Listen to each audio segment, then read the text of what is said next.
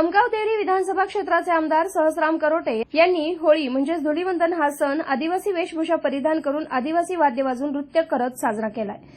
आमदार सहस्राम करोटे नेहमीच आपल्या मतदारसंघात चर्चेत असतात। होळीनिमित्त देखील आमदार करोटे यांनी पुन्हा एकदा नव्यानं चर्चेत आले।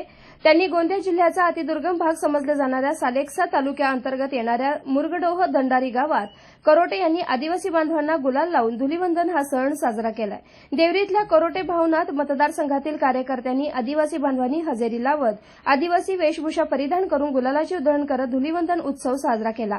तर यावेळी आमदार सहस्राम करोटे यांनी देखील आदिवासी संस्कृतीचं दर्शन घडवून दिलं आहे। अमरदीप बडके, गोंदिया प्रतिनिधी।